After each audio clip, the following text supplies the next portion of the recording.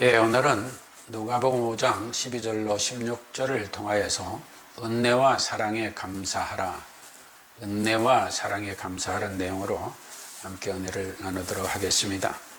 우리는 본문 말씀을 통해서 나병 들린 사람의 믿음과 열정과 또 절박함 등에서 예수님을 만나고 그 나병을 고침받는 사건을 보게 됩니다. 우리는 성경에서 믿음, 열정, 절박함 이런 것들은 통상적으로 접하고 항상 우리와 관계가 있는 것으로 받아들이고 있습니다. 그래서 오늘은 본문을 통해서 예수님이 누구시기에 이 나병 환자를 만나주시고 치유해 주셨는가 하는 점에 주목해 보고자 합니다. 우리는 코로나로 인하여 전염병이 얼마나 무서운가 하는 것을 경험했습니다. 코로나 환자가 우리에게 다가와 접촉하고자 할 때 우리들은 어떤 태도를 보였을까요? 당시에 코로나 환자가 환자됨이 밝혀지게 되면 격리를 하고 했잖아요. 심지어 가족 간에도 격리했잖아요. 그죠? 코로나 환자가 여러분 곁으로 다가오면은 여러분들은 어떤 반응을 보였었어요? 한번 생각해 보세요. 저분이 코로나 환자다. 근데 그 사람이 나한테 다가온다. 할 때 나는 어떤 반응을 보였는가? 하물며 나병 환자가 여러분에게 다가온다면 여러분 어떻게 하겠습니까? 나병 환자가 여러분에게 다가온다면 어떻게 하겠느냐 이 말이에요. 사실 예수님 당시에는 나병 환자들이 아주 많았거든요. 그러니 그런 상황에 우리가 있을 때에 그런 상황에서 나병 환자가 우리에게 다가온다고 할 때 우리가 어떤 태도를 보였겠느냐 이 말이에요. 한번 생각해 보세요. 특히 당시의 율법으로는 나병 환자와 접촉하는 자는 부정한 자로 여기게 되어 있어요. 나병 환자와 접촉한 자는 부정한 자로 여기게 되어 있었습니다. 물론 우리는 손양원 목사님이 예양원에서 많은 사람들의 나병 환자들을 섬기며 살았습니다. 그런데 그 손양원 목사님이 섬기고 현대까지 오더라도 사실상 나병 환자가 치유되는 것은 쉬운 일이 아니었습니다. 그러나 손양원 목사님이 그곳에서 나병 환자들을 섬기는 생활을 할 때 그 안에서는 구원의 은혜가 있었고 하나님을 영화롭게 하는 은혜가 있었습니다. 근데 우리가 손양원 목사님을 말씀하고 있지만 막상 나병 환자가 우리에게 갑자기 다가온다면 우리는 당혹감을 느끼게 될 줄로 압니다. 따라서 우리가 하나님의 은혜와 사랑에 감사하는 생활을 하려면 나병 환자와 같이 하나님께 간청하는 은혜가 있어야 돼요. 우리는 어떤 절박한 상황에 있을 때에 제일 먼저 누구를 찾습니까? 내가 절박함에 있을 때 누구를 찾아요? 흔히 말들 하죠. 무글에 빠져 죽으려는 위급한 상황에서는 중들도 하나님을 찾는다는 우스운 이야기도 있습니다만은 우리 그리스도인들은 당연히 하나님을 찾게 되죠. 오늘 본문 12절에 보면 예수께서 한 동네에 계실 때에 온몸에 문둥병 들린 사람이 있어 예수를 보고 엎드려 구하여 가로되 주여 원하시면 나를 깨끗게 하실 수 있나이다 하니 예수께서 손을 내밀어 저희에게 대시며 가라사대 내가 원하노니 깨끗함을 받으라 하신대 문둥병이 곧 떠나니라 했습니다. 그런데 불치병으로서 사회적으로 격리되고 소외되고 희망이 없이 살아가던 나병 환자가 어떻게 예수님의 소문을 들었으며 어떻게 예수님께 접근해 왔을까요? 나병 환자는 절박함에서 예수님이 자신을 고칠 수 있다는 믿음으로 예수님을 보고 엎드려 간청했는데 이것을 저는 하나님의 은혜인 줄로 믿습니다.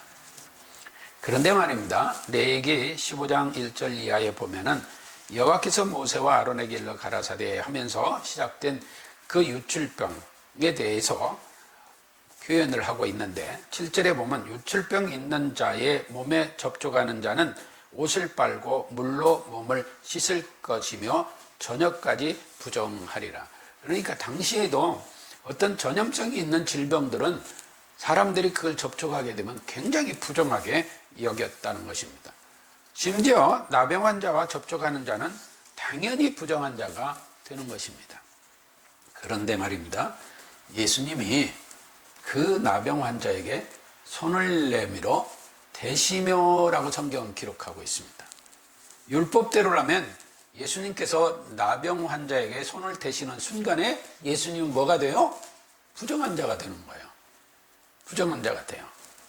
그런데 예수님께서는 능히 말씀만 하셔도 그 나병이 치유되고 할 텐데 구태여 왜 손을 대시면서까지 그를 치유하셨을까요? 그래서 생각해 봅니다. 죄인된 우리의 죄를 지고 가시는 예수 그리스도를 말입니다. 세례 요한은 요한복음 1장 29절 이하에서 이튿날 요한이 예수께서 자기에게 나오심을 보고 가로되 보라 세상죄를 지고 가는 하나님의 어린 양이로다 했습니다.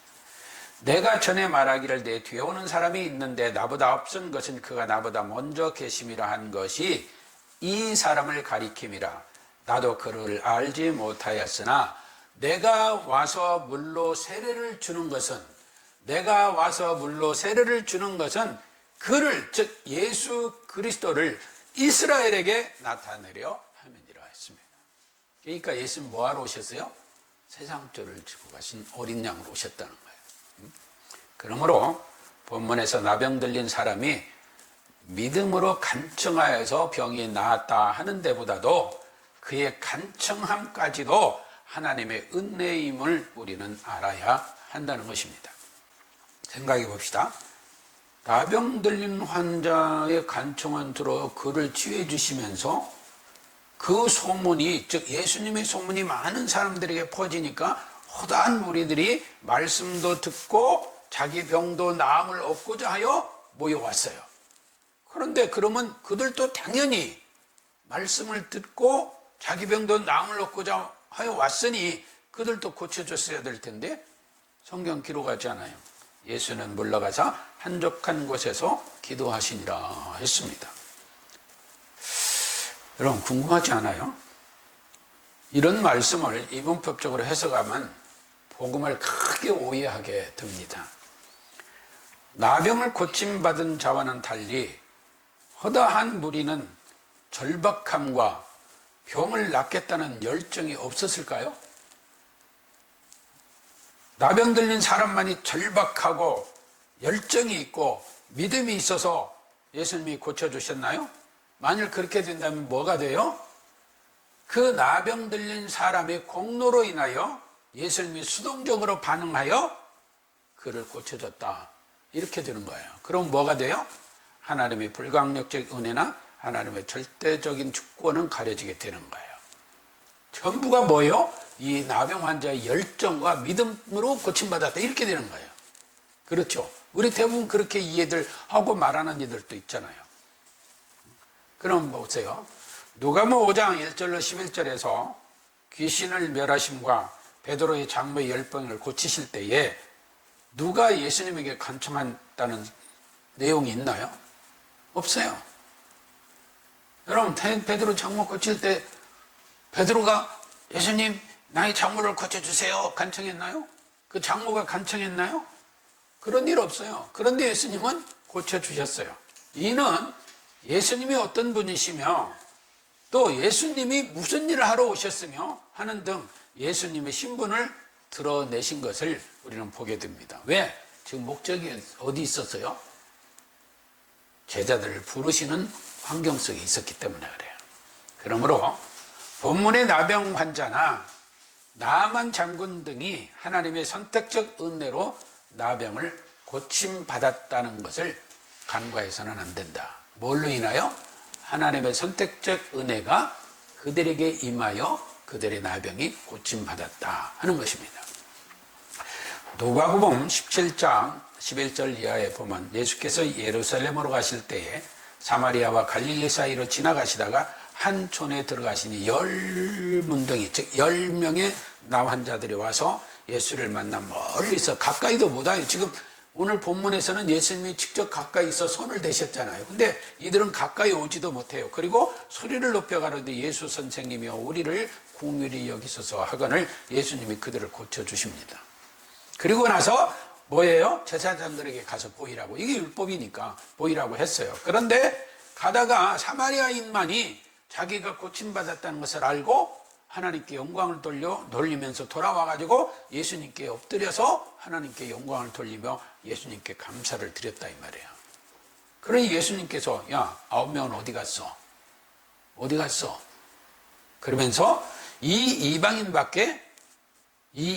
외에는 하나님께 영광을 돌리러 돌아온 자가 없느냐 말씀하시면서 그 사마리아인에게 내 믿음이 너를 구원하였느니라 했습니다. 자, 10명이 고침받았는데 9과 1명.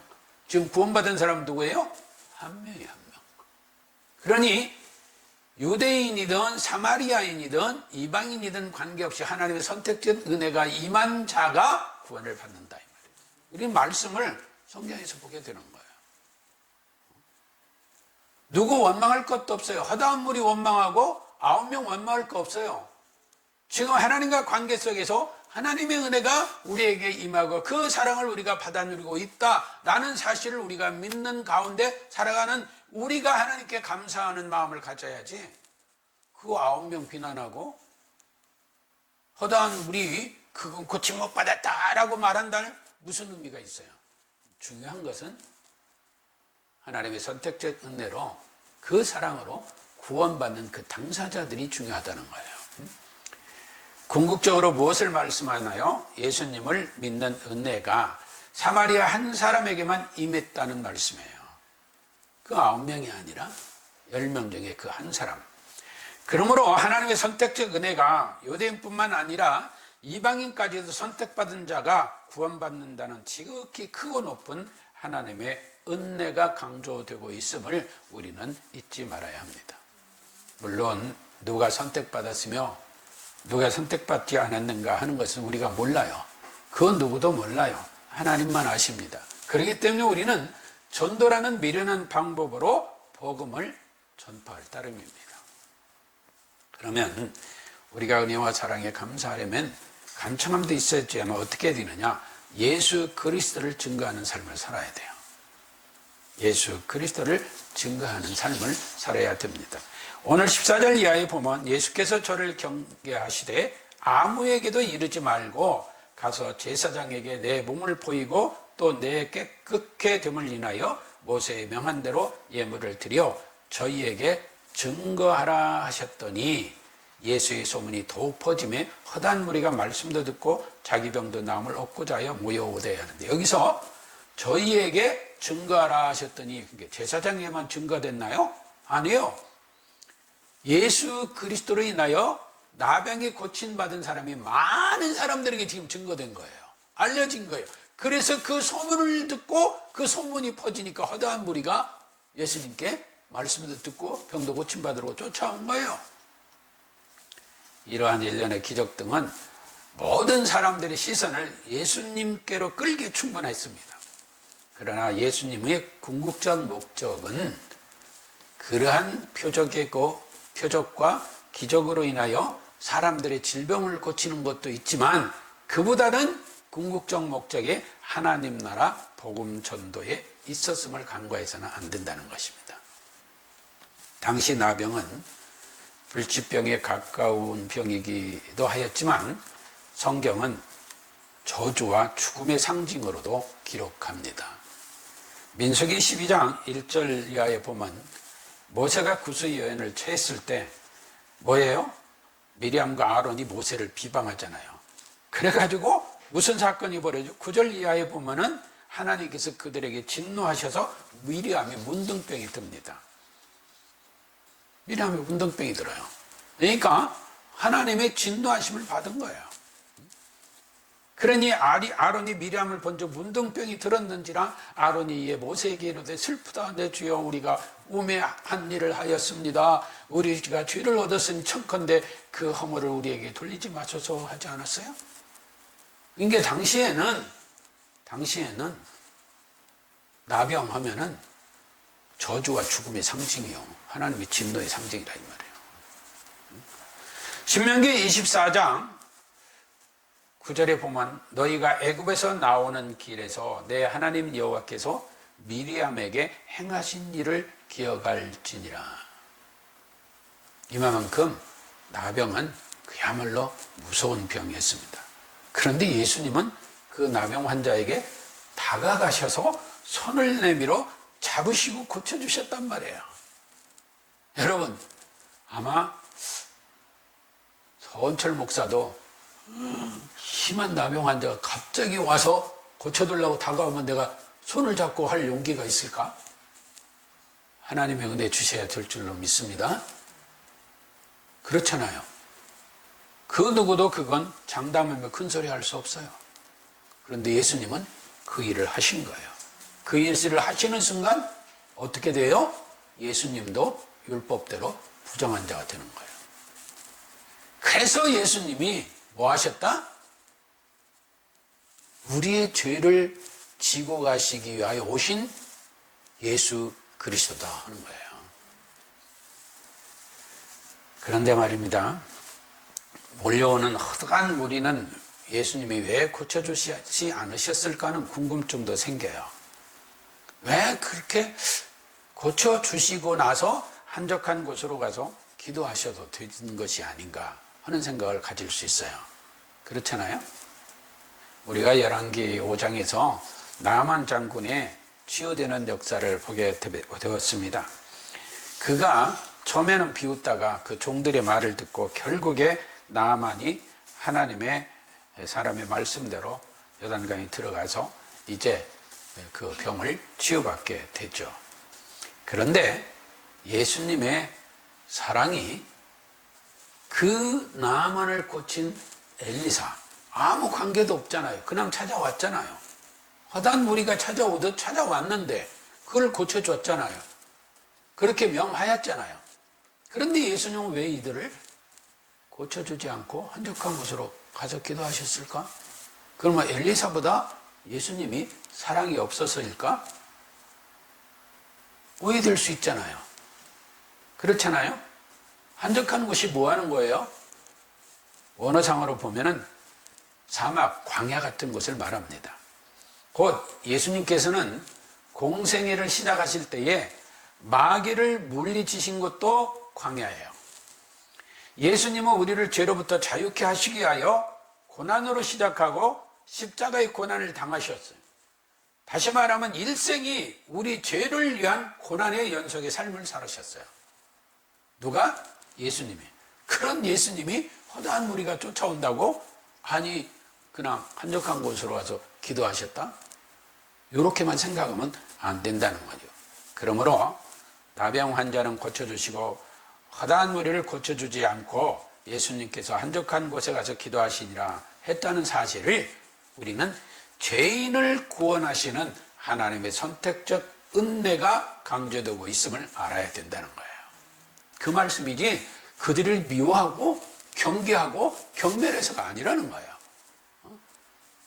너희가 유대인 선민이냐? 너희가 사마리아인이냐? 너희가 이방인이냐? 누구든 관계치 아니하고 하나님의 선택의 은혜와 사랑을 입은 자가 구원받는다. 예수님은 질병을 고치시는 등 표적과 기사도 행하시지만 그 모든 일은 하나님 나라 복음 선포에 있다는 사실입니다. 예수 그리스도를 믿어 구원의 은혜를 누리도록 하시는 목적이 예수님이 이 땅에 오신 목적이에요. 그래서 누가복음 4장 43절을 보면 예수께서 이르시되 내가 다른 동네에서도 하나님 나라 복음을 전하여야 하리니 나는 이 일로 보내심을 입었노라. 나는 이 일로 보내심을 입었노라. 어떤 것으로 인하여? 하나님 나라의 복음 선포. 그런데 오늘날 우리가 얼마나 하나님 나라에 대해서 동경을 하며 갈망을 하느니까요. 그래서 예수님은 여러 곳에 다니면서 갈릴리 회당에 들어가서도 이 하나님 나라의 복음을 전도하신 거예요. 사랑하는 성도 여러분, 예수 그리스도는 우리의 모든 죄와 연약함을 친히 담당하신 분이십니다. 예수 그리스도는 우리를 무한한 사랑, 곧 끝까지 사랑하시는 은혜를 베풀어주고 계십니다. 저는 이 요한복음 13장 1절 말씀이 얼마나 감사한지 몰라요. 하나님 예수님께서 변함없이 끝까지 사랑해 주시지 않으면 우리 골백번 넘어져요. 그렇잖아요. 감사하시기 바랍니다. 야고보서 5장 13절 이하에 너희 중에 고난당하는 자가 있느냐? 세상에 고난당하지 않는 사람은 어디 있어요? 어려움 당하지 않는 사람은 어디 있어요? 절박함이 없는 사람이 있어요? 많아요. 다 그렇습니다, 사람은. 그래서 인생을 사는 자체가 고난이에요, 고난. 그럴 때 어떻게 해라? 저는 기도할 것이요. 누구에게? 예수 그리스도 안에서 삼위 하나님께 기도하는 거예요. 또 즐거워하는 자가 있느냐? 저는 찬송할지어라. 너희가 하나님의 은혜로 그 사랑으로 정말 즐거워한 일이 많느냐? 그러면 하나님을 찬송하라. 또 너희 중에 병든 자가 있느냐? 저는 교회의 장로를 청하여 할 것이요 그들은 주의 이름으로 주 예수 그리스도의 이름으로 기름을 바르며 위하여 기도할지니라. 믿음의 기도는 병든 자를 구원하리니 주께서 저를 일으키시리라. 그러면서 혹시 죄를 범하였을지라도 사하심을 얻으리라. 지금 쭉 뭘 얘기해요? 고난 있느냐? 기도해라. 즐겁냐? 찬송해라. 병들었느냐? 장로청에서 기도라. 그러면 다 고쳐준다. 그러면서 하시는 말씀이 죄를 범하였을지라도 사하심을 얻으리라. 의인의 간구는 역사하는 힘이 많으니라. 그러면서 엘리사 얘기를 해요. 엘리사는 우리와 성정이 같은 사람이로되 저가 비 오지 않기를 간절히 기도한 적 3년 6개월 동안 땅에 비가 아니 오고 다시 기도한 적 하늘에 비를 주고 땅에 열매를 내었느니라. 내 형제들아 너희 중에 미혹하여 진리를 떠난 자를 누가 돌아서게 하면, 그런 사람들이 있다는 거죠. 미혹되어서 진리를 떠난 사람들이 있다는 거예요. 그런데 그런 사람들을 돌아서게 하면 너희가 알 것은 죄인을 미혹한 길에서 돌아서게 하는 자가 그 영혼을 사망에서 구원하며 허다한 죄를 덮을 것이니라. 이게 오직 우리는 하나님의 은혜 가운데 그 은혜와 사랑에 감사하며 살아야 된다 이 말이에요. 즉 병고침이나 모든 권능이나 모든 역사가 죄사함과 구원과 결부가 되어 있어요.